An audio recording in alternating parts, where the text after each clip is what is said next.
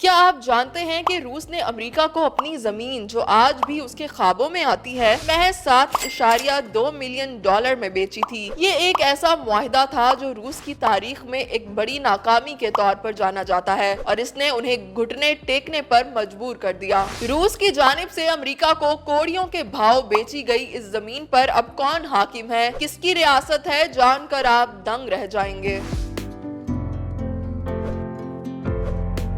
United status of America 50 ریاستوں پر مشتمل ہے اور ہر ریاست کا اپنا قانون اور آئین ہے۔ کیا آپ جانتے ہیں کہ امریکہ کے جھنڈے میں ان 50 ستاروں کا کیا مطلب ہے؟ یہ ہے ان 50 ریاستوں کی نشانی اور ان میں سب سے حیران کن بات یہ ہے کہ ان 50 ستاروں میں ایک واضح نشانی روس کی شکست کی ہے جو اس نے اپنی زمین کا سودا کرتے ہوئے حاصل کی۔ ایسی شکست جو روس کا ضمیر آج بھی جھنجھوڑتی ہے۔ یہ شکست روس کے ایک بڑے ٹکڑے الاسکا کی ایک سنسنی خیز داستان ہے جس کو جان کر آپ کے ہوش اڑ جائیں گے۔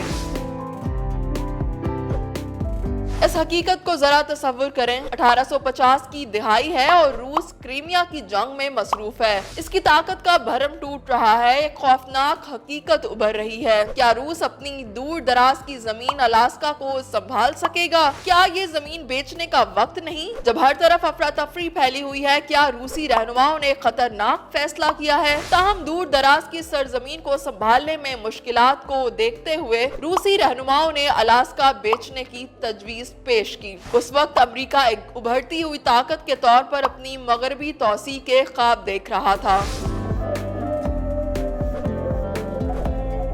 1849 میں روس نے امریکہ کو الاسکا کی خریداری کی پیشکش کی، مگر 1861 میں شروع ہونے والی خانہ جنگی نے اس معاملے کی رفتار کو سست کر دیا۔ جب جنگ ختم ہوئی تو امریکی سیکرٹری خارجہ ولیم سیورڈ نے اس معاملے کی اہمیت کو محسوس کیا۔ 1867 میں انہوں نے روسی سفارتکار ایڈورڈ ڈی اسٹیکویل کے ساتھ مذاکرات کیے اور آخرکار 15 لاکھ مربع کلومیٹر کی زمین کے لیے صرف $72 لاکھ پر اتفاق کر لیا۔ یہ قیمت سن کر آپ سوچ رہے ہوں گے کہ یہ تو بہت کم ہے، لیکن اس وقت کے اخبارات نے اس معاہدے کا مذاق اڑاتے ہوئے اسے سیورڈ کی حماقت قرار دیا۔ تاہم سیورڈ نے اپنے موقف پر ڈٹے رہنے کا فیصلہ کیا اور بالآخر 9 اپریل 1867 کو سینٹ نے اس معاہدے کی توثیق کر دی۔